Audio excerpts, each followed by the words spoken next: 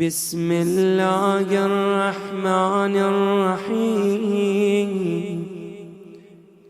سلام على آل ياسين.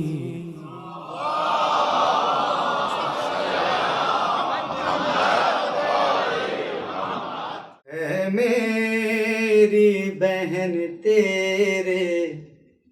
حوالے ہے میرا گھر، اے میری بہن تیرے حوالے ہے میرا گھر،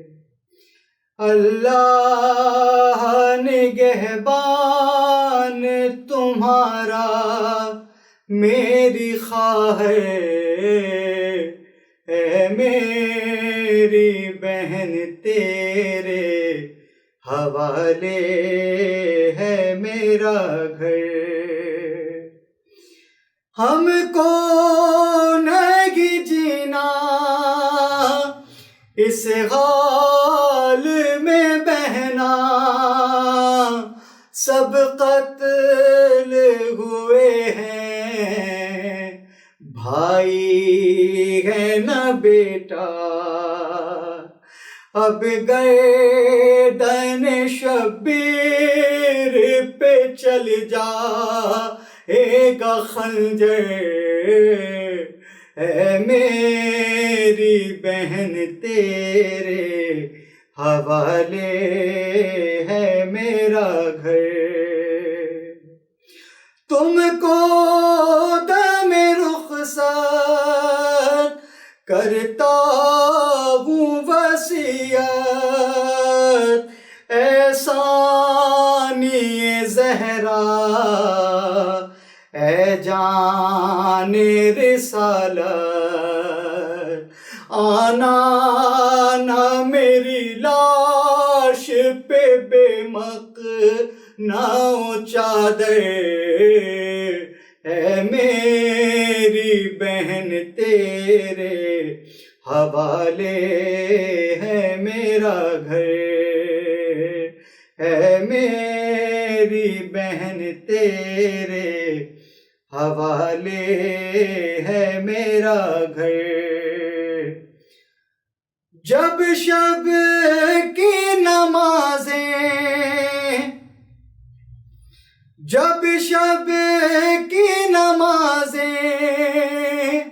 اے بی بی صدا دیں، ہم کو نہ بھلانا، بھیگی رہے آنکھیں، رونا میری فرقت میں مصلی کو بچھا کر، اے میری بہن تیرے حوالے ہے میرا گھر، اے میری بہن تیرے حوالے ہے میرا گھر، پانی ملے جس دم تازہ ہو میرا غم، تم فاتحہ دینا خوش ہوں گے بہت ہم، پانی ملے جس دم تازہ ہو میرا غم، تم فاتحہ دینا خوش ہوں گے بہت غم، کچھ اشک چھڑک دینا میری قبر کے اوپر، اے میری بہن تیرے حوالے ہے میرا گھر، اے میری بہن تیرے حوالے ہے میرا گھر، دیکھو میری بہنا روئے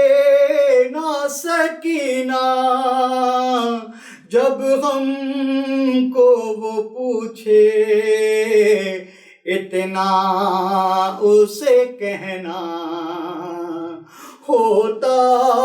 ہے یتیموں کے لیے خاک کا بستر ہے میری بہن تیرے حوالے ہے میرا گھر اللہ نگہبان تمہارا میری خواہر اے میری بہن تیرے حوالے ہے میرا گھر اے میری بہن تیرے حوالے ہے میرا گھر۔ فاتحہ۔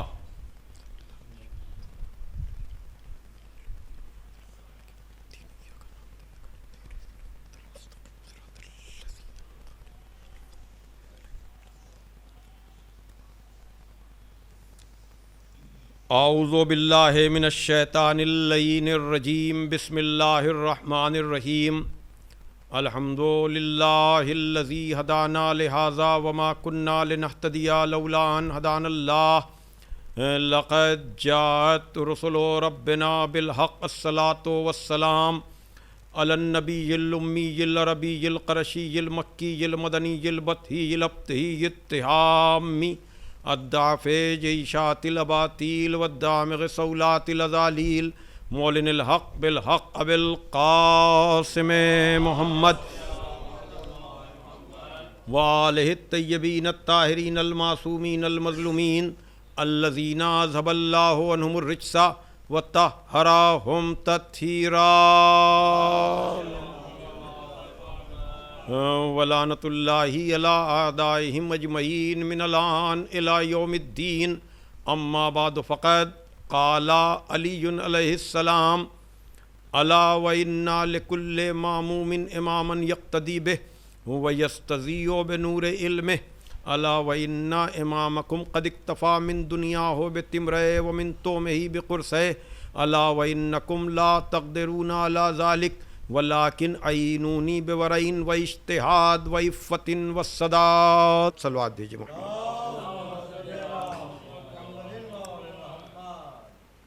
بزرگان محترم و دوستان عزیز، محمدی ٹرسٹ لندن کے زیر اہتمام منعقد ہونے والا یہ عشرہ مجالس جو مقام امامت و صحابیت کے موضوع پر ایک سلسلہ گفتگو جاری ہے، گفتگو کا ذریعہ خدائے فصاحت، مولائے بلاغت، غالب علی کل غالب، مطلوب کل طالب، حضرت علی ابن ابی طالب علیہ الصلاۃ والسلام کی زبان مبارک پر جاری ہونے والے الفاظ ہیں جو نہج البلاغہ کے دوسرے جز کی زینت ہیں۔ ظاہر لفظ کا ترجمہ یہ ہے کہ آگاہ ہو جاؤ، ہر ماموم کا ایک امام ہوتا ہے جس کی وہ اقتداء کرتا ہے اور اس کے نور علم سے وہ کسب ضیاء کرتا ہے۔ آگاہ ہو جاؤ کہ تمہارے امام کی جہاں تک بات ہے، اس نے تمہاری اس دنیا سے غذا کے نام پر 2 روٹیاں لیں اور لباس کے نام پر 2 چادریں لیں۔ تم اس بات پہ قدرت نہیں رکھتے ہو کہ ایسی سادہ زندگی گزار سکو اختیار اور گنجائشوں کے ہوتے ہوئے، لیکن تم میرے مددگار بن سکتے ہو تقوی اور پرہیزگاری کے ذریعے سے، عفت و پاک دامنی کے ذریعے سے، صحیح اور کوشش کے ذریعے سے اور سلامت روی کے ذریعے سے۔ عزیزان محترم، ان مقدس، مبارک اور ناقابل فراموش الفاظ کے ذیل میں مسلسل آپ حضرات کے سامنے گفتگو ہو رہی ہے اور مختلف زاویوں سے مقام امامت اور صحابیت کا تذکرہ ہو رہا ہے۔ مثبت رخوں پر بات کی جا رہی ہے کہ اگر واقعاً کسی کو نبی سے قریب ہونا ہے، امام سے قریب ہونا ہے، تو وہ مولائے کائنات کی بتائی ہوئی گائیڈ لائن پر، ان کی رہنمائی پر، ان کے دیے ہوئے سبق پر عمل کر کے وہ نبی کے بھی ناصروں میں شامل ہو سکتا ہے اور امام کے ناصروں میں بھی شامل ہو سکتا ہے۔ اس لیے کہ پروردگار عالم نے جن لوگوں کو منتخب کیا ہے، پروردگار عالم نے جن کو عہدہ دیا ہے، پروردگار نے جن کو رہبری کے لیے چن لیا ہے، ان جیسا تو کوئی بھی اپنے عمل کے ذریعے سے نہیں بن سکتا۔ اس لیے کہ عہدہ پروردگار کیا ہے، اس کے راز کیا ہیں، ان کے اسرار کیا ہیں، یہ ہر آدمی سمجھ نہیں سکتا۔ میں نے گزشتہ تقریروں میں اس بات کی وضاحت کی کہ مولائے کائنات نے سادہ زندگی اسی لیے گزاری تاکہ مراتب کا فرق یا نادار کی ناداری، فقیر کا فقر اسے خدا کا باغی نہ بنائے۔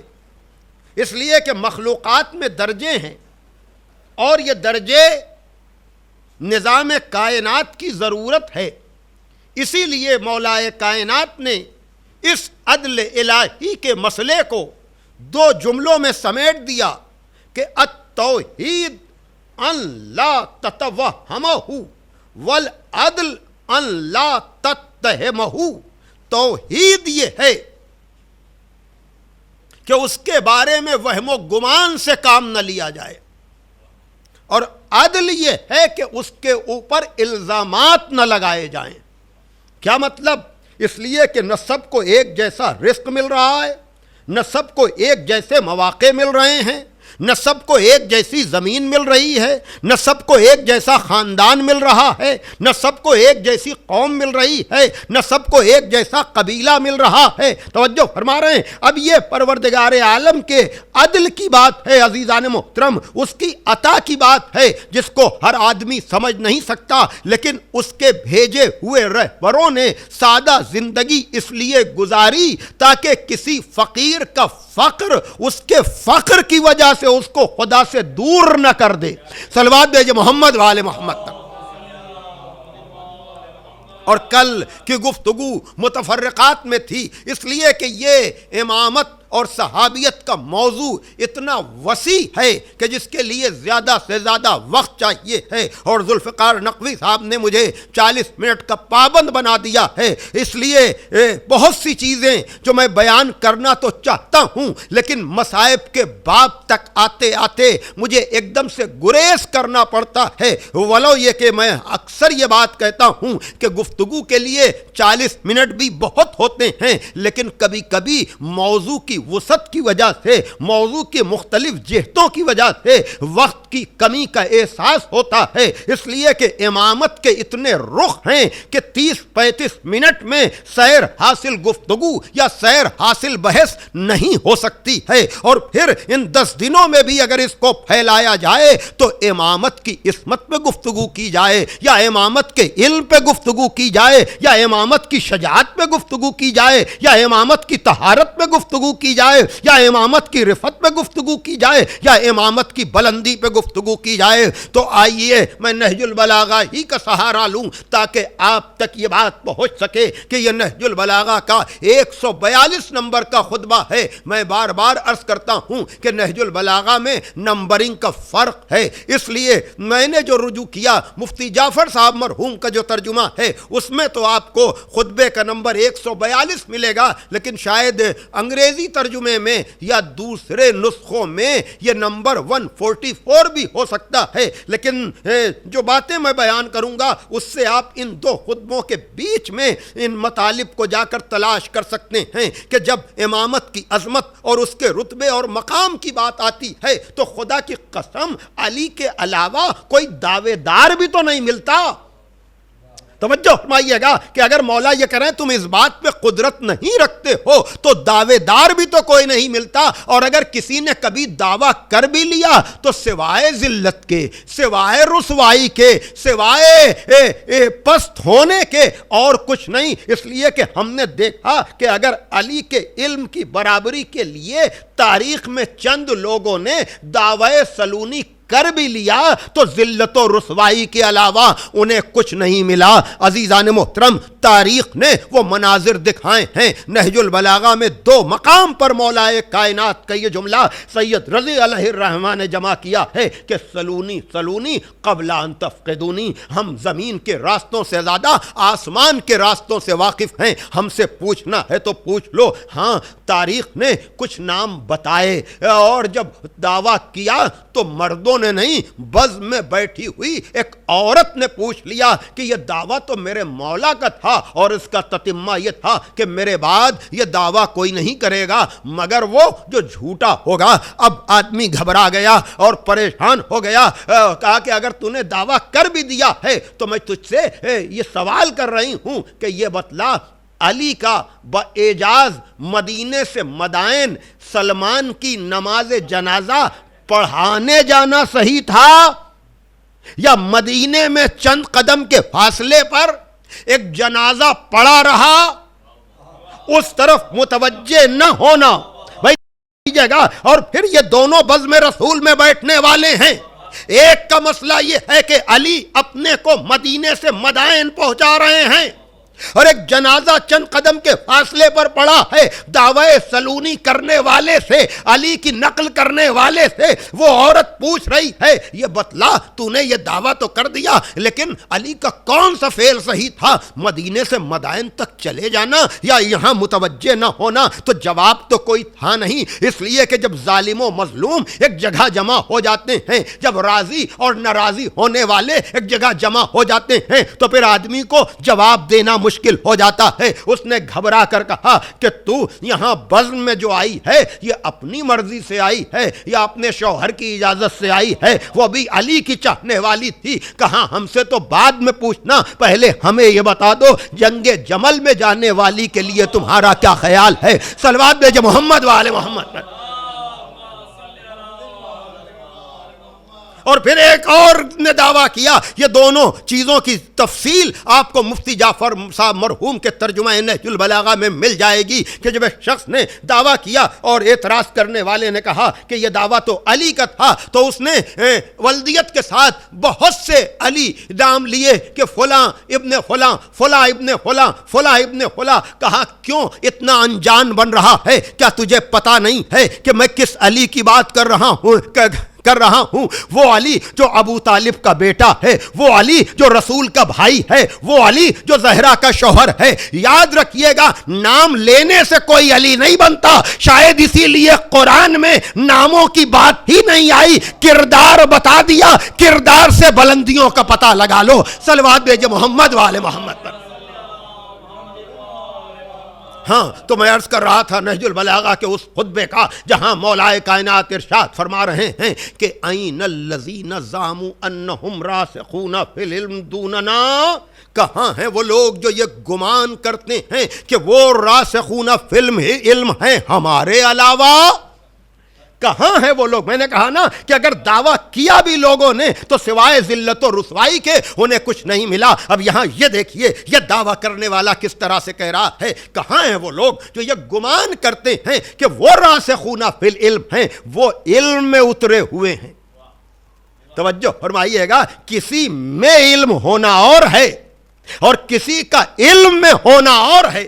بھائی توجہ کیجئے گا، تھوڑا بہت علم حاصل کر لینا اور ہے، اور علم میں اترا ہوا ہونا، اللہ اکبر، راسخون فی العلم، جو علم میں راسخ ہوں۔ پروردگار کہتا ہے نا کہ قرآن میں محکم بھی ہے، متشابہ بھی ہے، اور متشابہ سے جن کے دلوں میں عیب ہے، بیماری ہے، وہ فائدہ اٹھاتے ہیں، اور راسخون فی العلم جو ہیں وہ ان مسائل کا جواب دیتے ہیں۔ تو یہاں مولا کائنات کہہ رہے ہیں کہ کہاں ہیں وہ لوگ جو یہ گمان کرتے ہیں کہ وہ راسخون فی العلم ہیں ہمارے علاوہ؟ کذبن و بغین علینا، وہ جھوٹ بولتے ہیں اور ہمارے اوپر ظلم کرتے ہیں. ان رفعن اللہ و وضعہم، اس لیے کہ اللہ نے ہمیں رفعت و بلندی عطا کی اور انہیں پست کیا ہے. واتانا و حرمہم، اور ہمیں امامت کا مقام عطا کیا ہے اور ان کے اوپر حرام کیا ہے. وادخلنا واخرجہم، اور ہمیں منزل علم میں داخل کیا ہے، انہیں باہر ہی رکھا ہے. بنا یستطل ہدا و یستجل اما، ہم ہی سے ہدایت کو حاصل کیا جا سکتا ہے، ہمارے ہی ذریعے سے گمراہی سے بچا جا سکتا ہے. اب یہ اہم ترین لفظ ہے جو واقعاً سوائے علی اور اولاد علی کے کسی نے دعویٰ ہی نہیں کیا کہ ان الائمۃ من قریش غرسوا فی ھذا البطن الہاشم، کہ ائمہ تو قریش سے ہوں گے اور ان کا تعلق اب بنی ہاشم کی شاخ سے ہوگا. توجہ فرمائیے گا، دیکھیے سارا پتہ دے دیا کہ 12 اماموں کا تعلق کہاں سے ہوگا. لا تصلح علی سواہم ولا تصلح الولات من غیرہم، اور کسی کو نہ امامت زیب دیتی ہے اور کسی کو نہ رہبری زیب دیتی ہے. صلوات دیجئے محمد وآل محمد پر.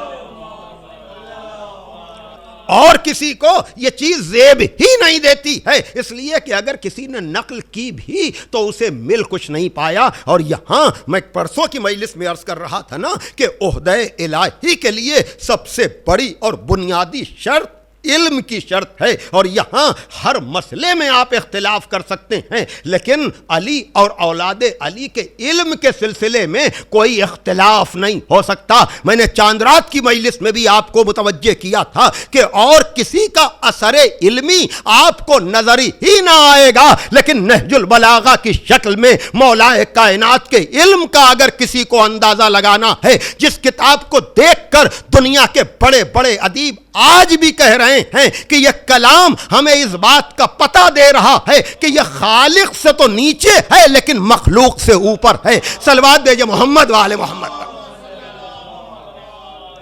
بھائی توجہ فرمائیے گا، دیکھیے بہت سی چیزیں، جیسا کہ میں نے اس سے پہلے بھی کہا تھا کہ علی کے بہت سے فضائل ایسے ہیں کہ جن کا ہم اقرار تو کر لیتے ہیں، لیکن اگر گہرائی میں جا کر سوچیں اور غور کریں تو وہ فضیلتیں آدمی کی عقل میں آ نہیں سکتی. اور میں نے ولادت کی طرف اشارہ کیا تھا کہ دیوار میں در بن جائے،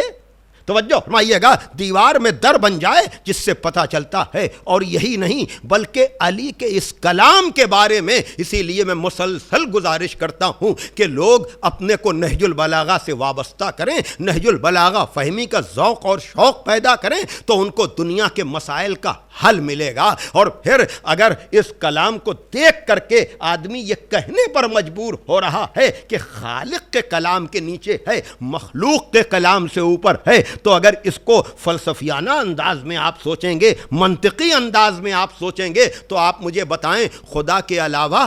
غیر جو بھی ہے مخلوق ہی تو ہے. بھائی توجہ فرمائیے گا، بھائی خدا ہے، اس کے علاوہ جو بھی ہے اس کی مخلوق ہے. لیکن یہ کون سا کلام ہے کہ جس کے لیے بڑے بڑے ادیب کہہ رہے ہیں کہ یہ خالق کے کلام سے تو نیچے ہے لیکن مخلوق کے کلام سے اوپر ہے. تو جب کلام جس کا مخلوق کے کلام سے اوپر ہو تو وہ خود کس منزل پر ہوگا. صلوات دیجئے محمد وآل محمد پر.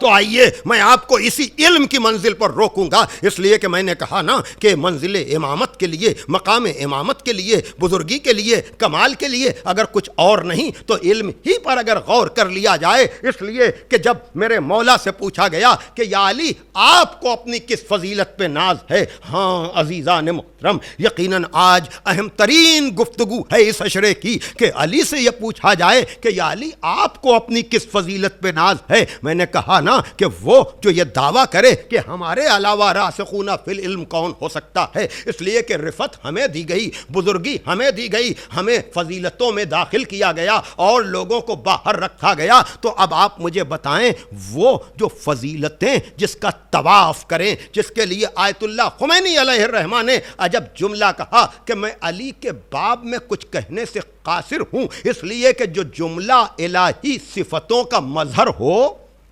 توجہ فرمائیے گا، جو جملہ الہی صفتوں کا مظہر ہو اس کے بارے میں کہا کیا جائے. تو جہاں اتنے بڑے بڑے مفکرین بڑی توجہ عزیزان محترم، کچھ کہنے سے قاصر ہوں، اس سے یہ پوچھا جا رہا ہے کہ یا علی آپ کو اپنی کس فضیلت پہ ناز ہے؟ تو اس کی فضیلتوں کے لیے اگر ایک طرف آیت اللہ خمینی نے کہا کہ میں علی کے باب میں کچھ نہیں کہہ سکتا ہوں، تو دوسری طرف ابن ابی الحدید معتزلی نے کہا کہ یا علی ہم نے عجب کمال آپ میں دیکھا کہ لوگ تو صفتوں کے پیچھے بھاگتے ہیں لیکن صفتیں آپ کے پیچھے بھاگتی ہیں۔ بھائی توجہ کیجئے گا، لوگ صفتوں کے پیچھے بھاگتے ہیں اور صفتیں آپ کے پیچھے بھاگتی ہیں۔ اور جس منزل پر میر انیس کے کل میں نے مصائب کی منزل پر مسلسل بند سنائے تھے، لیکن عزیزان محترم یہ اس پائے کا صاحب زبان اور قوت و اقتدار رکھنے والا جب علی کے فضائل کی منزل پر آتا ہے تو اسے بھی بے بسی نظر آتی ہے، اور وہ یہ کہتا ہے کہ بینا ہوئی جو آنکھ تو نور خدا کہا۔ توجہ فرمائیے گا، دیکھیے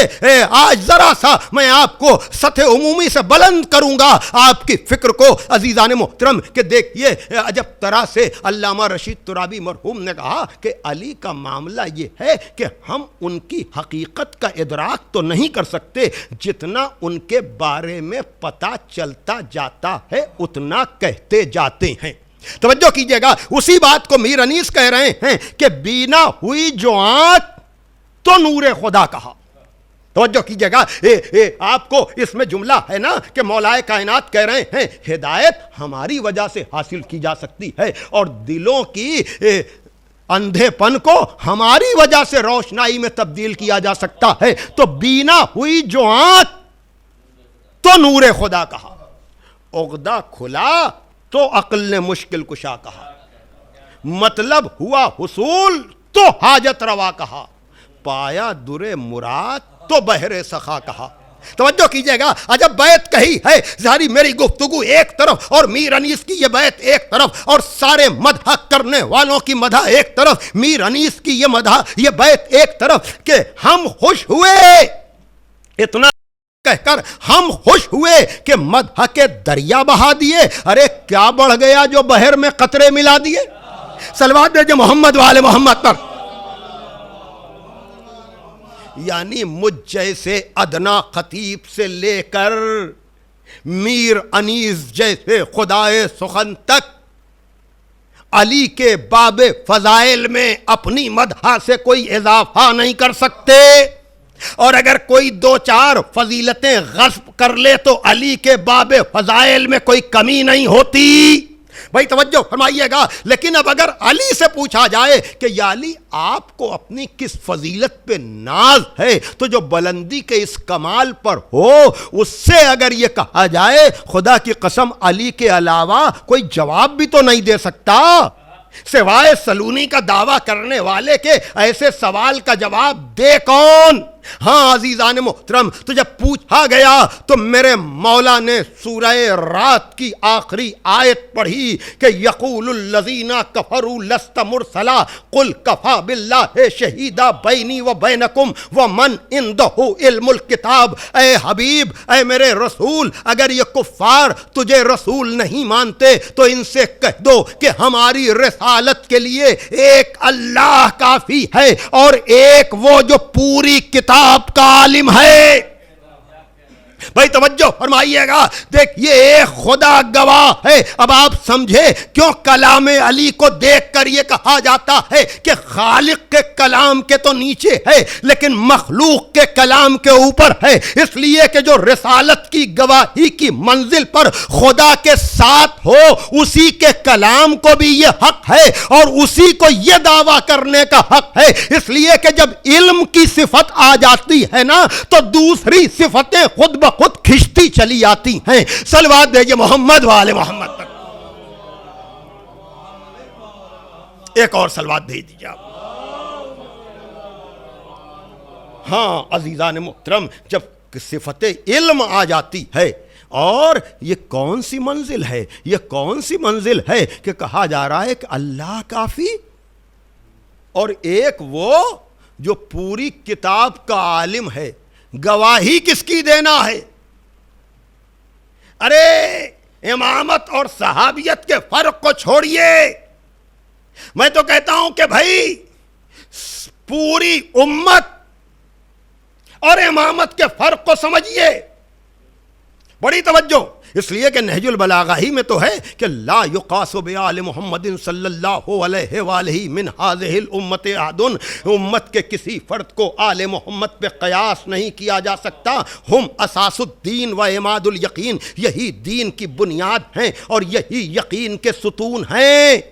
توجہ فرمائیے گا، تو امت محمد کو سمجھ لیا جائے تو مقام امامت اور مقام اہل بیت خود بخود سمجھ میں آ جائے گا، اور پھر یہ گواہی بھی سمجھ میں آ جائے گی کہ علی کے علاوہ اور کوئی رسالت کا گواہ کیوں نہیں بن سکتا۔ اس لیے کہ عزیزان محترم، اسی قرآن میں تو ہے، اس لیے کہ ہم نے اصل میں گنہگار کلمہ پڑھنے والوں کو خالی نبی کا امتی سمجھا ہے، ورنہ قرآن نبی کی امت کا دائرہ جتنا وسیع کر رہا ہے اس آیت کے ذریعے سے کہ وَكَيْفَ إِذَا جِئْنَا مِن كُلِّ أُمَّةٍ بِشَهِيدٍ وَجِئْنَا بِكَ عَلَىٰ هَٰؤُلَاءِ شَهِيدًا۔ یاد کرو میرے حبیب اس وقت کو جب ہم محشر میں ساری امتوں پر ان کے نبیوں کو گواہ بنائیں گے اور آپ کو سارے نبیوں پر گواہ بنائیں گے، یعنی ہر نبی اپنی امت کا گواہ بنے گا، اور یہ آخری نبی ان سارے نبیوں کا گواہ بنے گا۔ تو ہر نبی اپنی امت کا گواہ جبھی تو بنے گا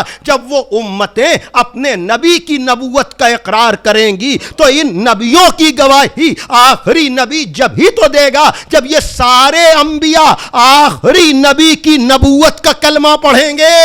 تو اس کا مطلب یہ ہے کہ آخری نبی کے امتیوں میں خالی گنہگار کلمہ پڑھنے والے نہیں ہیں، بلکہ آدم بھی امتی، نوح بھی امتی، موسیٰ بھی امتی، عیسیٰ بھی امتی۔ اب جملہ سنیے، امت کے کسی فرد کو آل محمد پہ قیاس نہ کرنا، اور امت میں معصوم انبیاء بھی ہیں، تو جب معصوم انبیاء کا قیاس اہل بیت پر اور امام معصوم پر نہیں کیا جا سکتا، تو کسی گنہگار کا قیاس امامت یا اہل بیت پر کیا کیا جائے گا؟ صلوات دیجئے محمد والے محمد پر۔ عزیزان محترم، میں یہاں پر رکنا چاہتا تھا، لیکن آج بھی بڑی تیزی کے ساتھ وقت گزر گیا، اس لیے میں گریز کر رہا ہوں، ورنہ میں رکتا یہاں پر، اور کل انشاءاللہ یہاں سے گفتگو آگے بڑھے گی امامت کی منزل پر۔ لیکن آج گریز کے لیے پھر میں نظم کا سہارا لے رہا ہوں کہ جہاں عجب طرح سے کہا کہ شرف کے شہر میں ہر بام و در حسین کا ہے، یہ گھرانے کی بات ہو رہی ہے نا، بنی ہاشم کی بات ہو رہی ہے نا، 12 امام کی بات ہو رہی ہے نا، بنی ہاشم کی اس شاخ کی بات ہو رہی ہے جس میں امامت آئی ہے، جس میں یہ 12 امام ہیں کہ شرف کے شہر میں ہر بام و در حسین کا ہے، زمانے بھر کے گھرانوں میں گھر، صلوات دیجئے محمد والے محمد پر، زمانے بھر کے گھرانوں میں گھر حسین کا ہے۔ اور خالی ان 12 کی بات نہیں ہے، نہیں، اگر آپ دیکھیں تو پتہ چلے گا اس گھرانے کا کمال کیا ہے، اس گھرانے کی منزل کیا ہے۔ تو اب اگر آپ دیکھیں تو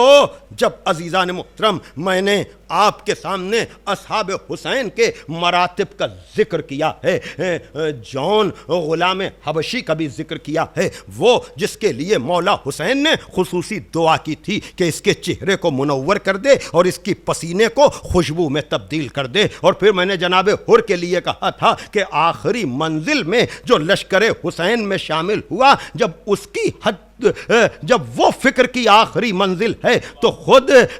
حبیب ابن مظاہر کس منزل پر ہوں گے؟ تو جب اصحاب اس منزل پر ہیں کہ حسین رجل فقیہ کہہ کر کے حبیب کو بلائیں، تو جب یہ منزل ہے تو پھر اون محمد کی کیا منزل ہوگی، قاسم کی کیا منزل ہوگی، اور پھر علی اکبر۔ کون علی اکبر کہ جن کے لیے شاعر نے عجب طرح سے کہا کہ قریب عصر کا منظر عجیب منظر تھا،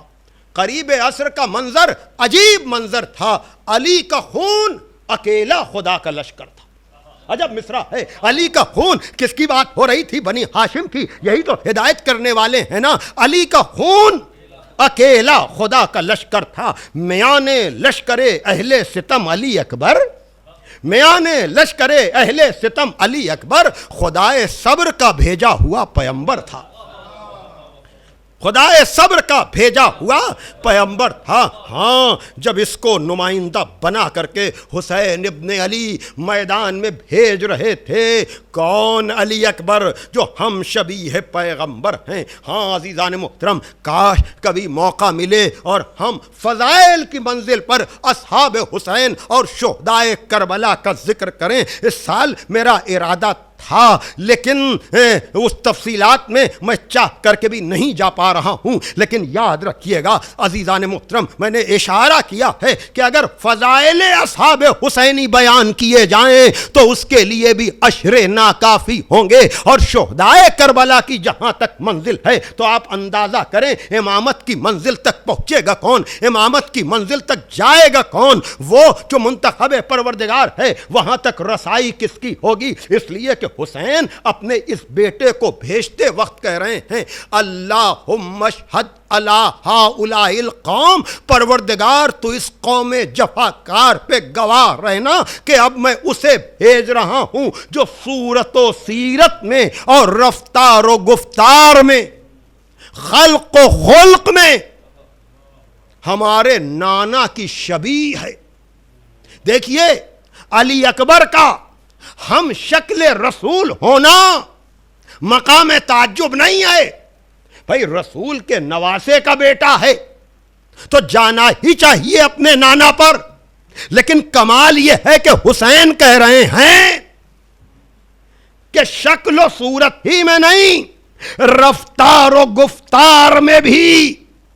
اللہ اکبر، آپ دیکھ رہے ہیں یہ عجب گھرانہ ہے، جب علی اکبر کا دادا بستر پہ چادر اوڑھ کر سوتا ہے تو اسے لوگ نبی سمجھتے ہیں، اور علی اکبر کے لیے حسین ابن علی کہہ رہے ہیں کہ رفتار و گفتار میں، خلق و خلق میں، دیکھیے صورتاً نبی جیسا ہونا وہ بھی کمال ہے، لیکن سیرتاً تو نبی کی عظمت ابھی میں نے بیان کی کہ جس کی نبوت کا کلمہ ایک کم 1,24,000 انبیاء پڑھیں، اگر کوئی سیرت و کردار میں اس جیسا ہو تو اس کا رتبہ کیا ہوگا، اس کا مرتبہ کیا ہوگا۔ اور پھر پتا ہے مولا حسین جیسا بھی کہتا ہے کہ میرے نانا اب میں اسے بھیج رہا ہوں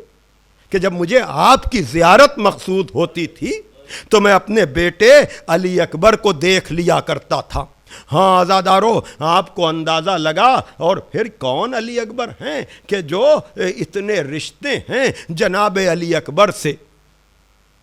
کہاں سے شروع کروں، کربلا سے یا مدینے سے؟ اس لیے کہ صغرا اور علی اکبر، مدینہ اور علی اکبر، جناب زینب و ام کلثوم اور علی اکبر، عباس اور علی اکبر، اور پھر یہ رشتہ حسین اور علی اکبر۔ اللہ اکبر۔ ہاں عزادارو، آپ کو اندازہ ہے حسین ابن علی سے جب جناب علی اکبر اجازت لینے کے لیے آئے ہیں، اللہ اکبر، یہ امام معصوم، لیکن باپ بھی تو حسین ہے نا۔ میں اکثر عرض کرتا ہوں کہ عزیزو، اگر رشتوں کے کمال کا یا انسانیت کے کمال کا پتہ لگانا ہے تو یہ دیکھیے کہ آدمی رشتوں کو کتنا نبھا رہا ہے۔ اور میں ہمیشہ کہتا ہوں جس میں کمیاں جتنی کم ہوں گی وہ رشتوں کا اتنا خیال رکھے گا۔ تو معصوم بھی تو رشتوں کے حصار میں آتا ہے نا، تو جہاں کمی کا کوئی تصور نہ ہو تو رشتے بھی اس سے زیادہ مقدس آپ کو اور کہیں نہیں ملیں گے۔ اسی لیے بھائی سب کے جاتے ہیں، لیکن جب عباس گئے آئے گی وہ منزل مصائب میں کہ کمر ٹوٹ گئی۔ تو اگر عباس کے جانے سے حسین کی کمر ٹوٹی تو علی اکبر آنکھوں کا نور لے کر چلے گئے۔ یہی وجہ ہے کہ جب حسین جیسے باپ کے پاس علی اکبر جیسا بیٹا اجازت کے لیے آیا ہے تو حسین نے خود اجازت نہیں دی، بلکہ کہا تم کو تمہاری پھوپھی نے پالا ہے، تم پر تمہاری ماں کا حق ہے۔ گئے ہیں دوڑے ہوئے جناب علی اکبر جناب لیلا کے پاس، ماں نے بھی کہہ دیا کہ ہاں تم کو تو تمہاری پھوپھی نے پالا ہے۔ اب جناب زینب کے لیے کتنا سخت امتحان ہے کہ چکیاں پیس پیس کر جس بھتیجے کو پالا ہے وہ اجازت کے لیے آیا ہے۔ ایک مرتبہ جناب زینب نے علی اکبر کو دیکھ کر کہا کہ میرے لال کیا اسی دن کے لیے چکیاں پیس پیس کر پالا تھا؟ عزادارو یہ تصور صحیح، خیال صحیح، لیکن نفسیاتی بات ہے، اس لیے میں عرض کر رہا ہوں۔ اور وہ یہ کہ ایک مرتبہ جناب علی اکبر نے کہا کہ پھوپھی اماں آپ نے مدینہ چھوڑا بھیا حسین کے لیے، حج کو عمرے سے تبدیل کیا بھیا حسین کے لیے، اپنے گود کے پالوں کو قربان کیا بھیا حسین کے لیے۔ پھوپھی اماں اب خنجر ایک ہے، گلے دو ہیں، دیکھیے اگر آپ نے مجھے بچایا تو آپ کا بھائی قربان ہو جائے گا۔ ادھر مولا حسین کا نام آیا، جناب زینب نے کہا جاؤ علی اکبر خدا حافظ۔ ہاں آزادارو جناب علی اکبر خیمے سے رخصت ہو کر کے آئے۔ اب مولا حسین نے آیہ استفا پڑھی، ان اللہ اصطفیٰ آدم و نوحن، یہ آیت پڑھ کر کے علی اکبر کو سوار کیا۔ ہاں آزادارو پھر میں کہہ رہا ہوں یہ تصور و خیال صحیح، لیکن باپ ہی کا تو دل ہے نا۔ ایک مرتبہ علی اکبر کو جب سوار کر چکے، علی اکبر گھوڑے پر جا رہے ہیں، لیکن حسین کمر کو پکڑے ہوئے علی اکبر کے پیچھے پیچھے جب جملے کہتے ہوئے چل رہے ہیں، یا بنیا مہلن مہلا، میرے بچے آہستہ، میرے بچے آہستہ۔ ایک مرتبہ جب پیروں کی آہٹ محسوس کی، جناب علی اکبر نے پیچھے مڑ کر دیکھا، بوڑھا باپ کمر کو پکڑے چلا رہا ہے، گھوڑے سے زمین پر آئے، کہا بابا آپ تو مجھے رخصت کر چکے تھے، اب آپ کیوں آ رہے ہیں؟ سنو صاحبان اولاد، اے اپنے گھروں میں بیٹھ کر مجلسیں سننے والوں، اے اپنے گھروں میں صفے عزا بچھانے والوں، ہاں آپ کو قلق ہے نا کہ آپ امام بارگاہوں میں نہیں جا پا رہے ہیں، جا بھی رہے ہیں تو مختصر تعداد میں لوگ۔ اللہ اکبر، آئیے میں آپ کو اس باپ کا درد سناؤں۔ کہا علی اکبر چونکہ تم صاحب اولاد نہیں ہو اس لیے تم سوال کر رہے ہو، ارے یہ میں آ نہیں رہا ہوں، تمہاری محبت ہے جو مجھے کھینچے لے رہی ہے۔ جزاکم ربکم۔ ہاں آزادارو جناب علی اکبر میدان میں گئے ہیں، اور پھر جب نامی پہلوان آیا ہے کہا ہے لیلا سے دعا کرو، اور جناب لیلا نے صحن خانہ میں کہا ہے اے یوسف کو یعقوب سے ملانے والے، اے اسماعیل کو ہاجرہ سے ملانے والے، آپ کو پتا ہے ماں کی دعا قبول ہوئی۔ جناب علی اکبر آئے، سوال آپ کیا، لیکن ساقی کوثر کا بیٹا تڑپ گیا۔ لیکن میں آپ سے سوال کرتا ہوں کہ کیا کوئی غیرت مند بیٹا اگر اسے پتا ہو کہ باپ کے اختیار میں یا باپ کے خیمے میں پانی نہیں ہے، کیا وہ سوال آپ کرے گا؟ تو لوگوں نے تعویل کی یہ علی اکبر سوال آپ نہیں کر رہے تھے، بلکہ باپ کی پیاس کو تاریخ میں رقم کرانا چاہ رہے تھے، تاکہ سب کو پتا چل جائے کہ کربلا میں پیاسے سب ہیں، لیکن سب سے زیادہ اگر کوئی کربلا میں پیاسا ہے، اس لیے کہ علی اکبر نے جیسے ہی اپنی زبان امام حسین کے منہ میں دی، کھینچ لی، کہا بابا آپ کے منہ میں تو مجھ سے زیادہ۔ جزاکم ربکم۔ ہاں آزادارو جناب علی اکبر چلے گئے، اور جب علی اکبر کو سب نے مل کر کے گھیرا، گھوڑے سے زمین پر آئے، آواز دی بابا بابا۔ ہاں آزادارو امام حسین علی اکبر کی آواز پر چلے، لیکن تھوڑی دور چلنے کے بعد باپ سے چلا نہ گیا۔ یہ فارسی کا مصرع ہے کہ جب حسین سے علی اکبر کے لاشے پر جانے کے لیے چلا نہ گیا تو پدر بر لاشے پسر زانو بزانو رسید، اب کوہنیوں کے سہارے علی اکبر کے لاشے کی طرف جا رہے ہیں۔ ایک مرتبہ علی اکبر کے قریب پہنچے، خدا کسی باپ کو یہ منظر نہ دکھائے جو منظر حسین ابن علی نے دیکھا۔ ہاں آزادارو ایک مرتبہ علی اکبر اپنے سینے پر ہاتھ رکھے ہوئے ہیں، چاہتے تھے کہ باپ کو اس زخم کا پتہ نہ چلنے پائے، لیکن باپ ہی کا دل تو ہے. سوال کیا کہ بابا برچھی کی انی سینے میں رہ گئی ہے. ایک مرتبہ حسین ابن علی نے آستینوں کو چڑھایا, گھٹنوں کو ٹیکا, کہا بسم اللہ و باللہ و فی سبیل اللہ و علی ملت رسول اللہ. علی اکبر تڑپنے لگے, لیکن باپ نے چہرے سے چہرہ ملایا, سینے سے سینہ ملایا, سوچا علی اکبر کو لے چلیں, لیکن جب لاشا نہ اٹھ سکا, کہا بنی ہاشم کے بچوں آؤ, جوان کا لاشا لے چلو. علی اکبر کا لاشا خیمے میں پہنچا, ماتم والیا وا مظلوما والیا الا لعنت اللہ علی القوم الظالمین سیعلم الذین ظلموا ای منقلب ینقلبون. کہتی تھی گے ماں کو بھری میاں سے لپٹ کر, ہے گئے علی اکبر, ہے علی اکبر, علی اکبر. کہتی تھی گے ماں خوں بھری میاں سے لپٹ کر, ہے علی اکبر, علی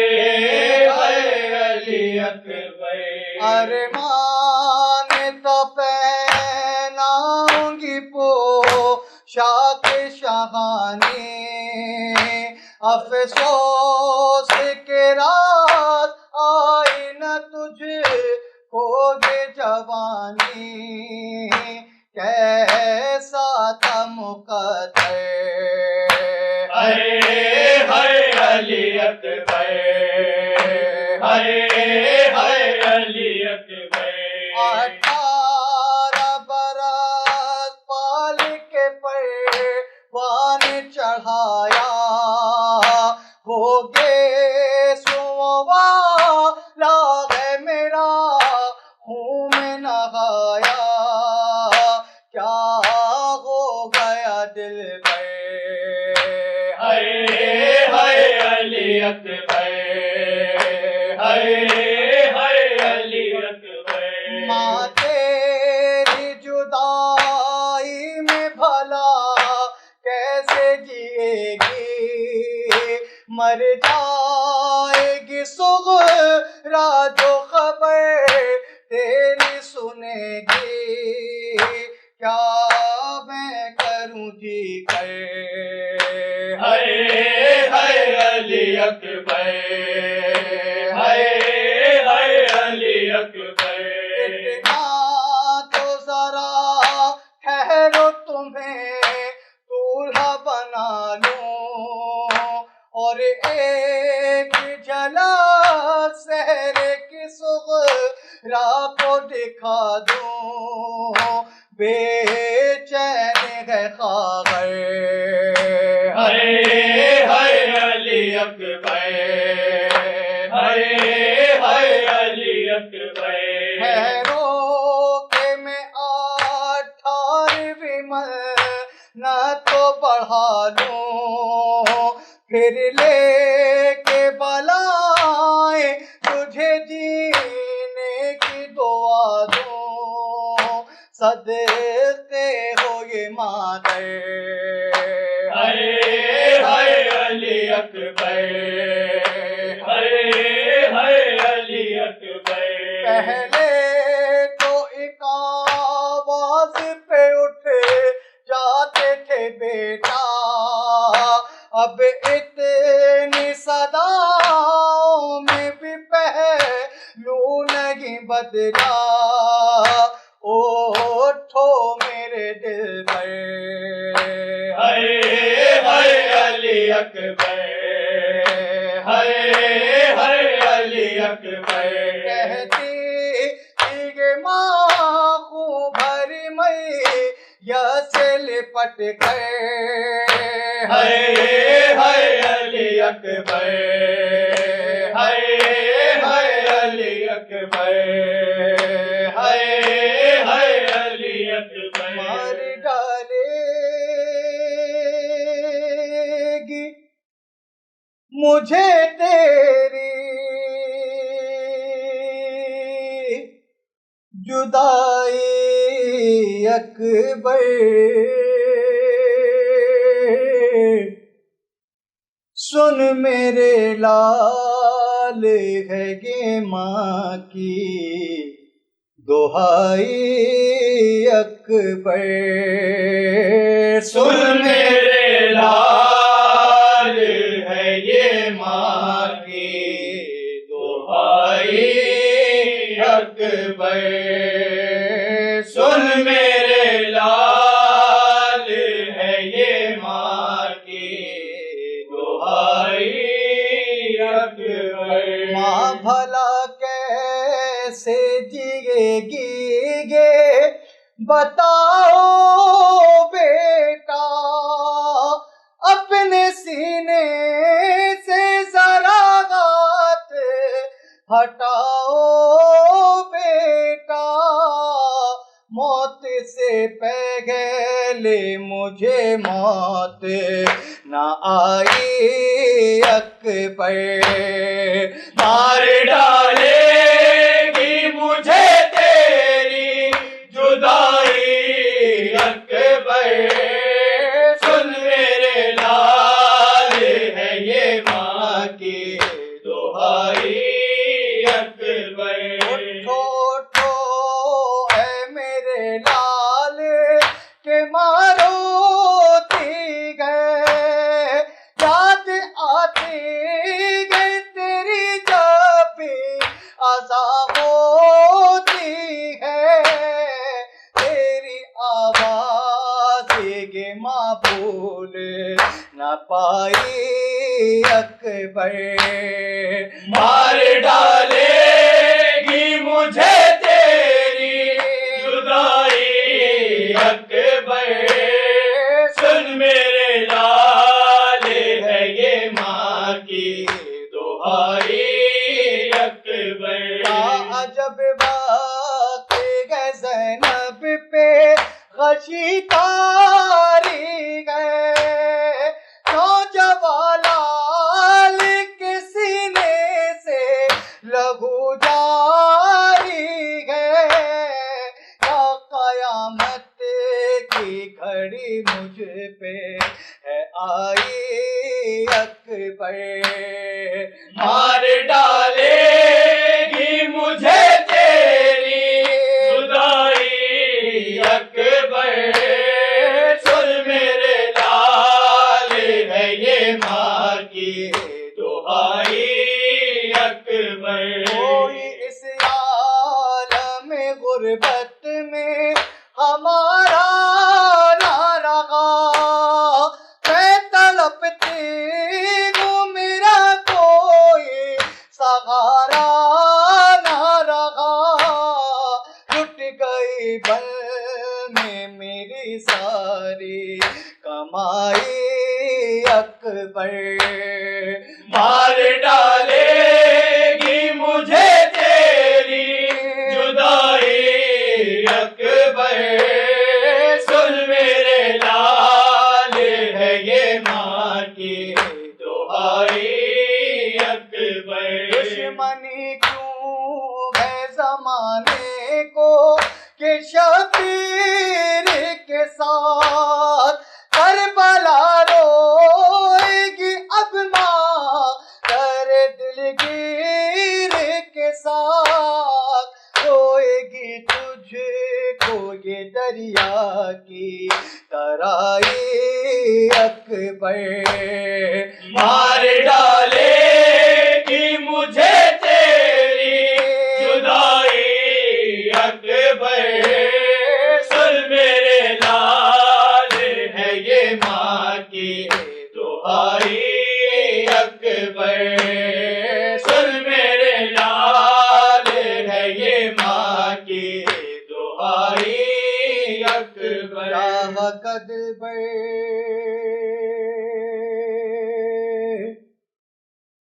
شبیہ پیمبر